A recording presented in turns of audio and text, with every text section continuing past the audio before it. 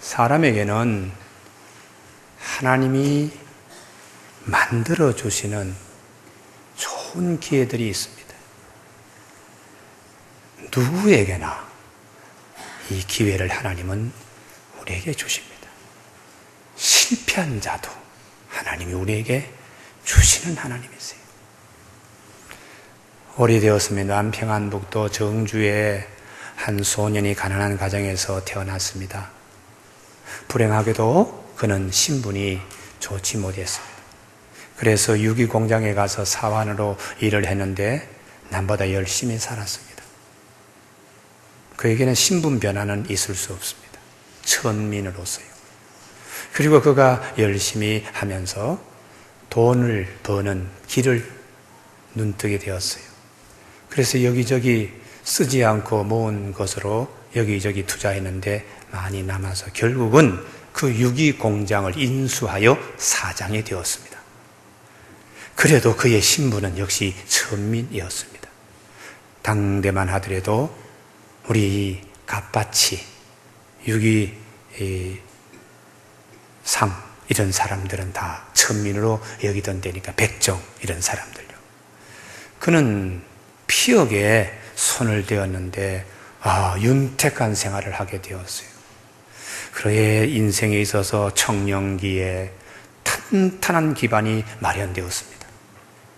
그는 여러 척의 배들을 가지고 저 이북에서 이남으로, 목포에서 평양으로, 또 군산에서 이렇게 여러 척의 배를 가지고 이 녹그릇과 노수로 만든 그런 유기, 그리고 가죽 제품을 대단히 많이 거래하고 이렇게 했는데 어느 날 청천벽력 같은 소식을 접해요. 서해 바다에 예기치 않는 풍랑이 일어서 그 바다 속에 배들이 다 침몰하면서 그의 재산은 완전히 재기불능 상태에 되고 말았습니다. 매일 술로 나날을 보내고 세상에 어떻게 하늘이 나를 무심도 하지 그러며 원망 속에서 있었는데 주변의 사람들이 여보게 정신 차려, 다시 젊은 사람이 일어날 수 있어. 무슨 젊은 사람이 일어날 수 있습니까? 내 재산은 다 바닷속에 쳐놓고 내 신분은 아직도 천민인데, 이러면서 한탄하고 있다가 어느 날 도산 안창호 선생님의 강연장에 참여하게 되었어요. 여러분, 우리나라는 다시 국력을 키워야 됩니다. 그러기 위해서는 사람들이 배워야 됩니다. 그리고 우리 사람들이 낙심하지 말아야 됩니다.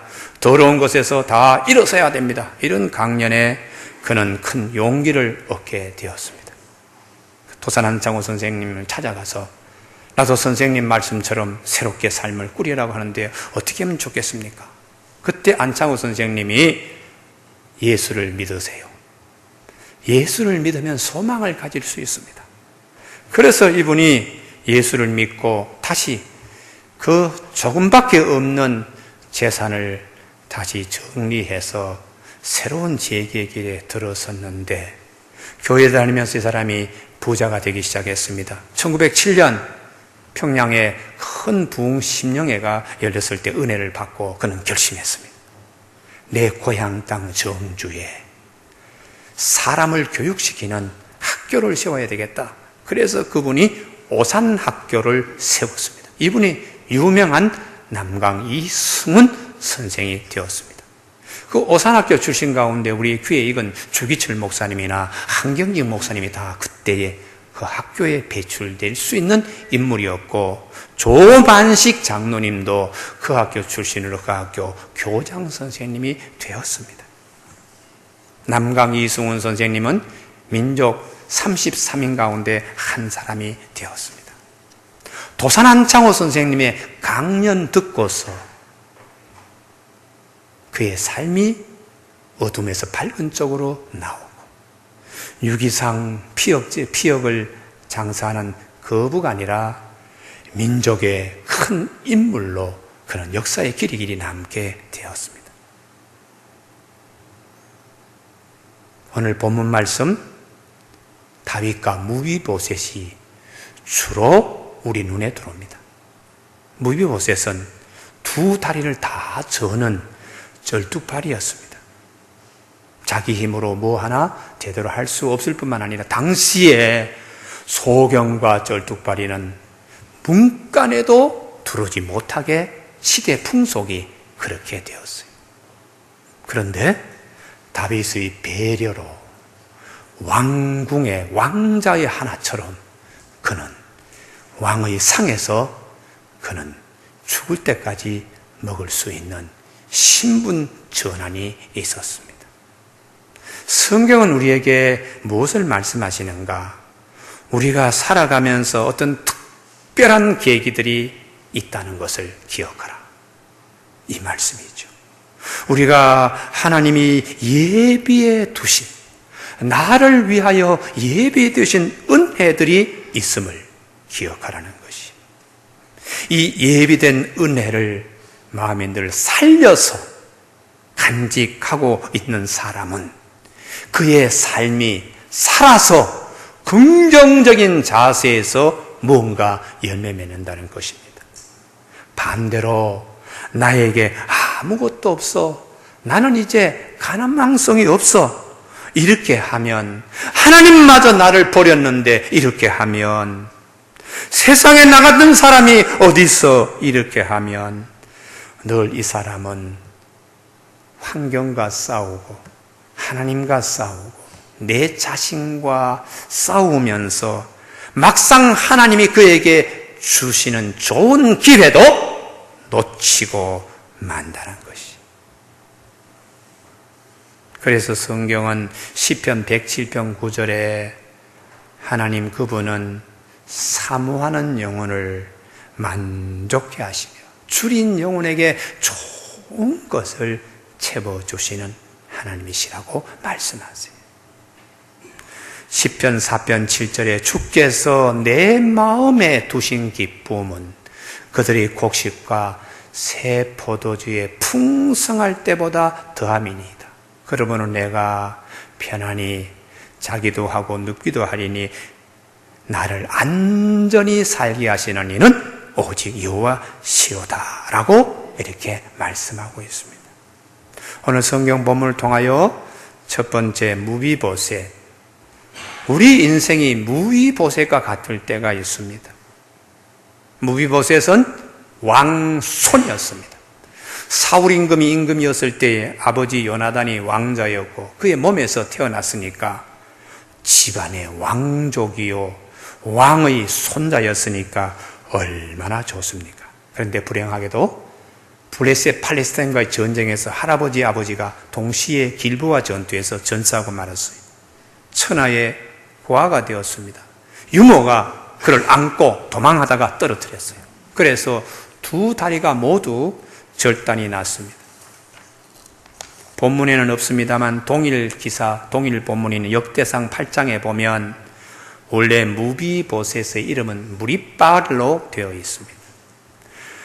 그 이름의 뜻은 바알과 대적하는 자, 팔레스타인 블레셋 사람이 신으로 섬기는 그 바알과 싸워서도 이길 수 있는 아들이다, 이길 수 있는 손자다, 이런 마음으로 할아버지와 아버지가 그 태어났을 때 이름 붙여줬는데요, 그가 살면서 할아버지와 아버지가 전쟁에 나가 전사하고 집안은 망하고 자기는 유모가 안고 도망치다가 떨어뜨려서 두 다리가 다 부러져서 쩔룩쩔룩거리며 다니는, 참 이런 부끄러움이 어딨나 하고 이름이 무비보셋, 수치를 심은 자. 너무 하늘과 땅이죠. 무리바알과에서 무비보셋으로 내 처지가 지금 이러니까 이렇게 하면서 사람들이 소경도 쫄룩발이도 집에 들어오지 말라고 한 도시에서는 구걸조차도 할 수 없는. 그래서 5절에 보면 로두발 암멜의 아들 마길의 집에 가 살았다. 로두발이라는 말은 로는 없다는 말인데요, 드발이라는 것이 목초라는 뜻인데요, 목초가 없는, 그러니까 얼마나 황무지겠어요. 저 변두리입니다. 도시 사람들이 많은 곳에는 소경과 쩔뚝발이는 못 들어오게 하니까 쫓겨서 사람이 거의 살지 않는, 목초도 없는 그 마길의 집에 사람이 귀하니까 쩔뚝발이도 다 데리고 같이 종으로 부리며 사는 거예요. 그렇게 얹혀 살던 이 무비보셋, 결론적으로 그의 삶은 개인적으로나 가정적으로 사회적으로 참 변화가 힘든 처지입니다. 더더욱 사울 임금 자기 할아버지 때 가지고 있는 개인 재산이 있었는데 고향 땅 기부하에 그 할아버지의 땅을 잘 관리하고 했던 종 시바가 자기 땅처럼 꿀꺽 삼키고는 권리 행사를 하는 거예요.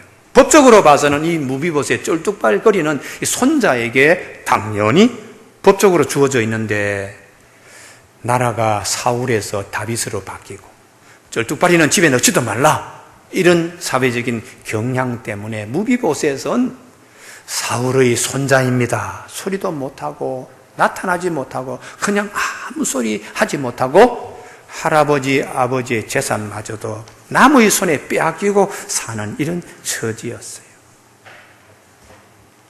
무비보셋은 자기의 삶이 자기의 의지와는 상관없이 돌아가고 있습니다. 자기가 자기가 잘못해서 다리 부러뜨린 것도 아니고 5살짜리 난 어린 아기를 유모가 안고서 뛰다가 떨어뜨려서 다리가 부러졌으니까. 그리고 다윗 임금이 소경과 쩔뚝발이 집에 넣지 말라고 이렇게 얘기하니까 그 누가 다윗에게 대들어서 넣읍시다, 누가 할 사람이 있겠어요? 그런 무비보셋에게 좋은 기회가 찾아왔습니다. 하나님의 다윗의 마음을 움직여서 혹시 요나단의 피부치가 없나, 혈육이 없나 찾고 싶은 마음을 하나님이 다윗에게 주셨어요. 그래서 다윗이 방을 붙여가지고 요나단의 식구들이 누가 없나 하고 알아보니까 예전에 사울의 종 시바를 통하여 이 로드발의 암멜의 집에, 마길의 집에 이 무비보셋이 있다는 것을 알고 데려왔더니 다윗이 가장 싫어하는 쩔뚝발이로 앞에 나타난 거예요. 여러분, 무비보셋이 다윗의 왕국을 이룰 때에 돌 하나도 놓은 공적은 없습니다. 그가 다윗 앞에 나타났을 때 다윗의 마음을 아프게 하는 쩔뚝발이었지만은 단지 하나, 요나단의 아들이라는 것 때문에 그는 다윗에게 왕자의 하나같이 대접받을 수 있었어요. 다윗과 요나단이 예전에 다윗이 아주 쫓길 때에, 사울 임금에게 쫓길 때에 그 요나단이 다윗에게 항상 위로했어요. 우리 아버지가 잘못하고 있어. 하나님의 뜻은 이게 아니야. 앞으로 임금은 그대가 될 터인데 그대가 임금이 되면 우리 집안 식구들 좀 죽이지 말고 살려줘. 우리 아버지 다윗 사울처럼 제발 하지 말고 우리 집안 식구들 좀 살려줘. 그때 다윗이 얼마나 고마운지요.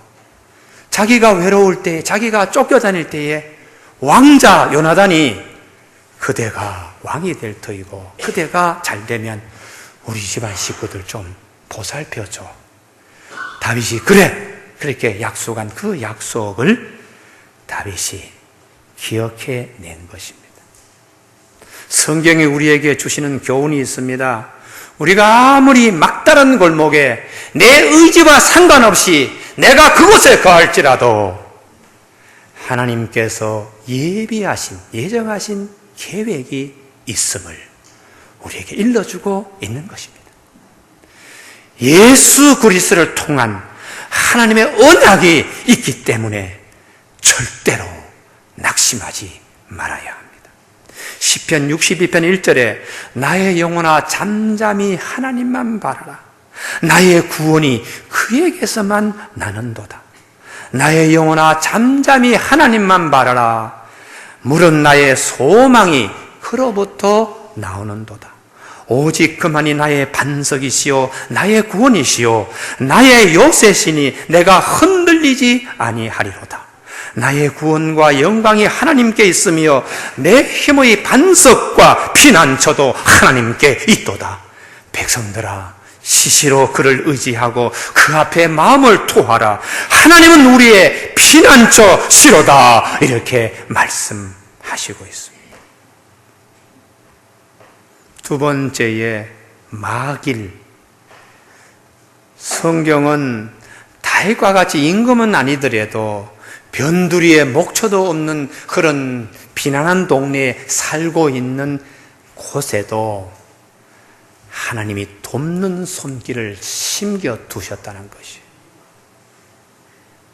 우리 주변에 내가 아무리 어렵고 변두리에 내가 처해 있다 할지라도 하나님은 그곳에도 돕는 손길을 하나님은 예비해 두신 하나님이세요.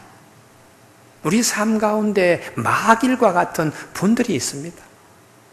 이 세상은 어떻게 이렇게 지독하게 나에게 불리한 환경만 전개되고 있는가 탄식할 수 있지만 그때 여러분 오늘 본문을 기억하십시오. 하나님이 새 힘을 주실 것입니다. 할렐루야. 예. 마길. 사울의 손자 무비보셋, 사울이 그렇게 죽이고자 했던 다윗, 그 사울의 피무치 무비보셋이 누가 그 사람을 환영하게 해서 다윗 시대예요. 그런데도 이 마길은 불쌍한 자를, 도회지에 가면은, 예루살렘에 가면은 아무도 문간에 들이지 않고 다 내쫓는 이 양다리를 쩔룩쩔룩 절고 있는 무비보셋, 자기의 신분은 얘기하지 않지만 불쌍하다 하고 거닐며 살고 있는 마길이 있는 것입니다.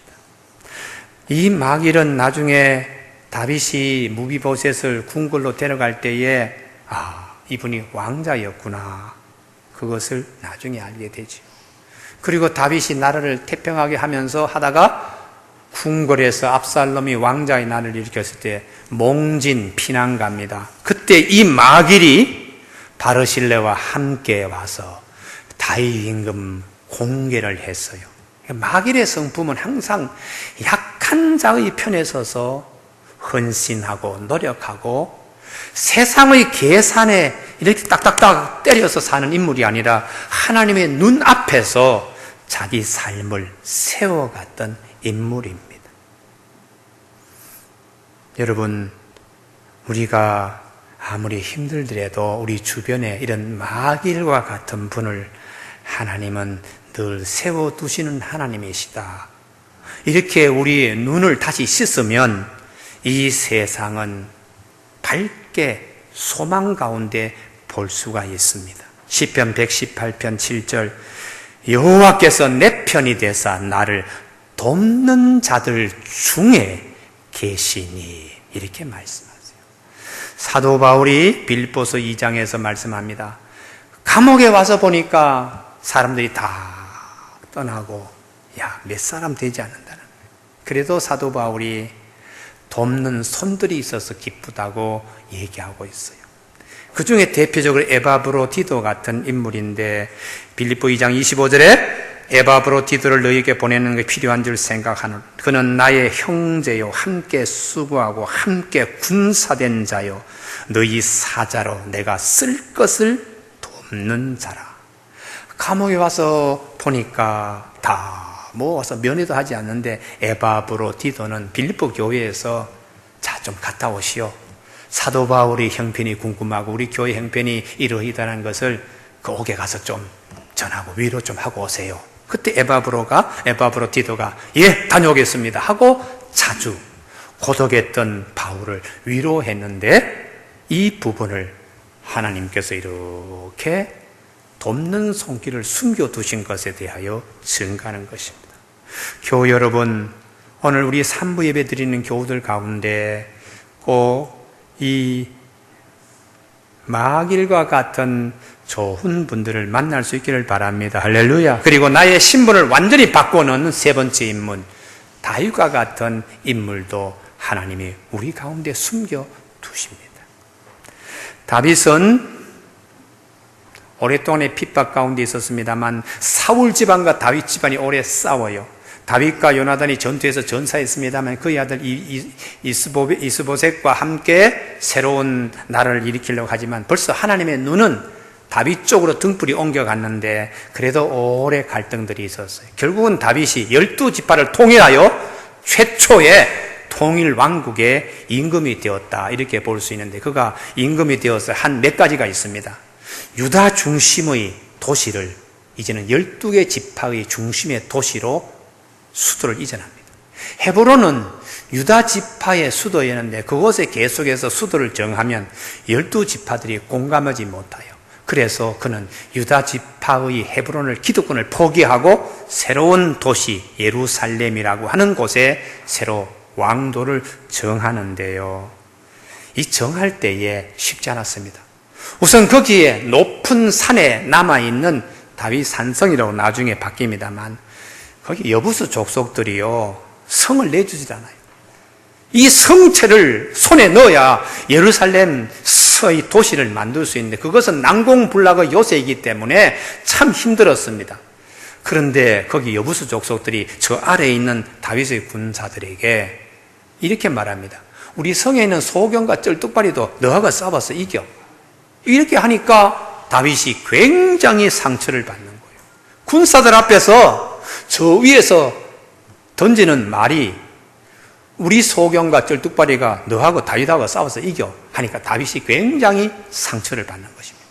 그래서 다윗은 어떻게든지 이 성을 점령해야 되겠다 해서 수로를 통하여 군사들을 진입시키는 거예요. 여러분, 이 수로라는 것은 물길 아닙니까? 위에서 수문을 열면 물길로 가던 군사들이 다 수장되는데 그 위험을 무릅쓰고 다윗의 군대들이 수로를 통하여 들어가서 이 성을 점령합니다. 그리고 난 다음에 다윗이 그 상처받은 마음 때문에 소경과 쩔뚝발이는 집에 문간에도 들이지 말아야 되겠다. 이것이 굴령처럼 사람들 시대상 풍속도에 소경과 쩔뚝발이는 집에 문간 들이지 마, 이렇게 해서 당시에는 지체 장애자들이 서름을 받았습니다. 아무튼 성을 점령하고 난 다음에 다윗이 제일 먼저 한 일은 하나님의 법궤를 옮겨오는 거였어요. 엘리 제사장 때의 법궤가 블레셋 팔레스타인 사람에게 빼앗겼는데 그 땅에 있던 법궤가 돌아왔지만은 사울 임금과 그 이후에 법궤를 그렇게 중하게 여기지 않고 국경 변방에다가 방치하고 말았어요. 그래서 다윗 임금은 나라의 도성을 세우고 제일 먼저 한 일이 하나님의 법궤를 예루살렘 성으로 이거해 오는 일이었습니다. 물론 거기에 예기치 않은 일들이 생겼습니다만 그러나 다윗은 법궤를 옮겨올 때에 하나님이 주신 축복이 다윗이 어디로 가든지 여호와께서 이기게 하셨더라. 여러분, 오늘 우리 교우들에게 이 축복의 말씀이 새겨지길 바랍니다. 하나님과의 관계에서 손했던 것을 내가 제일 먼저 우선적으로 다윗처럼 할 때 하나님이 내가 어느 곳에 가든지 이기게 하시는 하나님. 할렐루야. 그래서 우리는 이 다윗의 첫 번째 사건을 주목해, 두 번째 사건이 내가 어려울 때 나에게 은혜를 입힌 자들을 돌아보는 거예요. 다윗은 그때 내가 쫓기며 사울 임금에게 그렇게 핍박받을 때에 좋은 형제인 요나단이 다윗, 그대가 임금이 될 터인데 임금이 되면 내 집안 식구들을 좀 챙겨줘. 그 생각을 하고 요나단의 후예들을 찾았습니다. 여러분, 하나님 제일 먼저 섬기고 그 다음에는 나에게 은혜를 입은 자들을 다시 되돌아보는 다윗이었어요. 사랑하는 교우 여러분, 이번에 추석을 맞이하면 내가 어떤 걸음으로 이 추석에 사람들을 만나야 될까? 내가 가장 어려울 때에 나를 도와줬던 분들을 먼저 기억하는 것이 좋습니다. 다윗은 무비보셋을 만나서 그가 잃어버린 할아버지 때의 전답들 다 찾아가지고 이 무비보셋에게 선물로 주고요. 그리고 그가 가장 싫어했던 쩔뚝발이는 집에 들여놓지도 말라는 했지만 무비보셋이 나타났을 때에 그는 자기의 생각을 적고 그 무비보셋을 왕자의 하나같이 대우했습니다. 이번 추석 때 나에게 무비보셋은 누구인가? 성경은 우리에게 말씀하십니다. 세상은 반대지만 권력 있고 힘쓰는 사람 앞에 선물 들고 줄 설지 모르지만 이번 추석 때는 두 다리를 절고 외진 곳에서 어두운 곳에 있는 다윗이 무비보셋을 끌어내어 왕자의 하나같이 했던 것처럼 소외된 자들을 찾는 추석이 되었으면 좋겠습니다. 예수님께서도 이 땅에 오셔서 권력자의 집 앞에 서지 않았습니다. 오히려 저 여우 같은 헤롯이라고 이렇게 주님이 지칭하셨어요. 주님은 병들고 가난하고 힘없는 자들을 찾아가셔서 친구가 되어주시고 세리 마태 죄인이라고 생각했던 그 자를 당신의 제자로 삼으신 주님이세요. 주님이 마태복음 9장 12절에 건강한 자에게는 의원이 쓸데없고 병든 자에게 의원이 쓸데있다. 너희는 가서 내가 긍휼을 원하고 제사를 원하지 아니하노라 하신 뜻이 무엇인지 배워라. 나는 의인을 부르러 온 것이 아니고 죄인을 부르러 왔노라. 이렇게 말씀하셨습니다. 이번 추석은 조금 남다른 추석이 되어야 합니다. 나에게 무비보셋은 누구인가? 그 무비보셋을 찾는 다윗과 같은 우리 모두가 되어야 됩니다. 하나님이 기뻐하시는 이런 일을 한 다윗에게 하나님이 주신 축복이 뭐냐? 그의 질병이 고침받는 축복이 있었습니다. 다윗의 질병이 무엇입니까? 이것만큼은 절대로 내가 용서할 수 없어. 내가 그 시온 산성을 침공할 때 쩔뚝발이 소경이라도 너가 싸워서 이긴다는 이 말에 대한 상처, 그것을 그는 지우지 못했어요. 그러나 무비보셋을 그는 왕자의 하나같이 끌어안음으로 그의 트라우마, 정신적인 외상, 그것을 극복할 수가 있었습니다. 사랑하는 성도 여러분, 이것이 용서입니다. 주님께서 우리의 기도할 때 항상 용서를 기억하라. 우리에게 잘못한 사람을 용서한 것 같이 우리 죄를 용서하여 주옵시고. 주님이 제자들에게 베드로가 7번 용서해 주면 좋겠습니까? 할 때에 7번만 아니라 7번씩 70번까지도 용서해 주라. 다윗이 무비보셋, 그 사울의 집안을 그렇게 끌어안듯이 그렇게 함으로 다윗은 그 자신의 트라우마, 영혼의 상처, 이것을 치유할 수 있었어요. 우리가 힘든 것은 뭐 이렇게 먹고 마시는 거 이런 부분도 궁핍하지만 제일 힘든 것이 내 마음 스스로 용서하지 못하는 거예요. 지나간 과거의 화려한 시절에 그때에 아이고 그 일이 아니었더라면 내가 지금 이렇게 되지 않았을 텐데 이거 생각하면서 부글부글 끓는 거예요. 이게 지금 그래서 참 아픈 거예요. 여러분 강남에 가면 압구정동에 나우리 병원이라고 우리나라에 아마 몇 번째 손에 드는 척추 전문 병원이죠. 거기에 큰 대형 현수막이 지금 몇 달째 걸려 있는데 그 현수막의 이름이 어떤 내용이 되어 있는가 하면 마음이 아프면 허리도 아프다. 참 귀담아 들어야 될 거예요.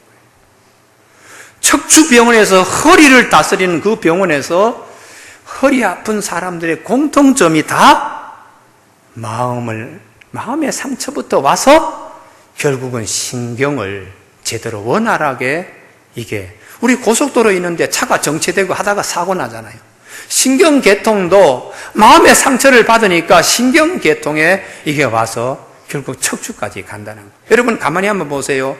과거에 잘 힘있고 막 이럴 때에 병이 오던가요? 그때는 병이 오더라도 이길 수 있는 힘이 있고 즐거움이 있어도 되는데 다 잃어버리고 나니까 이것도 원망스럽고 저것도 참 한심하고 그러면서 마음에 병들면서 몸까지 망가지잖아요. 여러분, 용서, 내 자신도 용서해야 돼요. 너무 완벽한 사람일수록 야, 그때 내가 참 그 실수만 안 했더라도 지금 그러면서 자기 자신을 용서하지 못하면서 계속 병 앓고 있는 경우가 참 많습니다. 야, 그 사람이 나한테 이렇게 해줬는데 그건 내가 죽어도 용서하지 못. 자다가 뻘떡 일어나서 냉수를 마셔도 용서되지 않는 일도, 여러분, 저에게도 목회하면서 왜 그런 일생을 살아가면서 왜 그런 일이 없겠어요? 그런데 8월 10일 날 우리 교회 저녁 예배 드리는 쌍무지기를 보는 순간에 저희 마음속에 용서하지 못할 일들이 한꺼번에 싹 용서되더라고요. 그래서 지금도 다시 그 사람을 미워하려고 아무리 노력하더라도 안 되는 거예요. 그래서 내가 이게 하나님이 우리에게 주시는 은혜다. 할렐루야. 그래서 다윗이 자기 자신의 무비보셋을 끌어안지만 자기의 영혼의 트라우마, 상처를 하나님이 치료해 주시는 것입니다. 여러분, 이번에 추석은 무비보셋을 끌어안는 것으로 끝나지 말고 내 영혼 깊은 곳에 있는 아픔들을 치유하는 좋은 기회가 되기를 주님의 이름으로 축복합니다. 그리고 이제 사울 집안, 베냐민 지파 사람들이 사울 임금에게 저렇게 핍박을 받고 이제는 왕권이 자기 손에 넘어갔다, 우리 집안을 멸시하고 박해하지 않겠는가 하는 두려움으로 이렇게 쳐다보는 거예요. 그런데 무비보셋을 다윗이 끌어안는 것 보니까 야, 이제는 국민 통합의 시대가 되었구나 하는 등불을 다윗은 보여줬습니다. 이번 우리 추석 때 야, 저 어른이 오시더니 그동안에 그렇게 하더니 이거 저렇게 어떻게 끌어안아? 야, 이제 우리 집안이 잘 되겠구나. 오늘 이 시대에 정치인들에게도 종교인에게도 사업하시는 분에게도 다윗과 같이 통합의 희망의 등불이 되어야 합니다. 추석 때 식구들끼리 모이면 잘 되는 사람들 앞에 다 가서 칭찬하고 모이고 막 같이 말을 주고받는 일이 많이 있습니다만 상대적으로 위축된 분들도 거기 와서 더 상처받는 거예요. 여러분, 그럴 때에 다윗이 무비보셋에게 한 것처럼 오늘 하나님은 우리 모두를 이 시대에 다윗으로 그 자리에 파송시켜서 무비보셋을 끌어안도록 하시는 희망의 등불로 우리를 부르시는 것입니다. 여러분, 로마서 12장 1절에 그러므로 형제들아, 내가 하나님의 모든 자비하심으로 너희를 권하노니 너희 몸을 하나님이 기뻐하시는 거룩한 산 제물로 드리라. 이는 이것이 너희 드릴 영적 예배니라. 너는 이 세대를 본받지 말고 마음으로 변화를 받아 심령을 새롭게 함으로 하나님이 기뻐하시고 온전한 뜻이 무엇인가 분별하도록 하라, 이렇게 말씀합니다. 오늘 삼부예배 참석하는 우리 교우들에게 이 말씀이 우리의 삶의 새로운 전환점이 되어지길 주님의 이름으로 축복합니다. 기도하시겠습니다.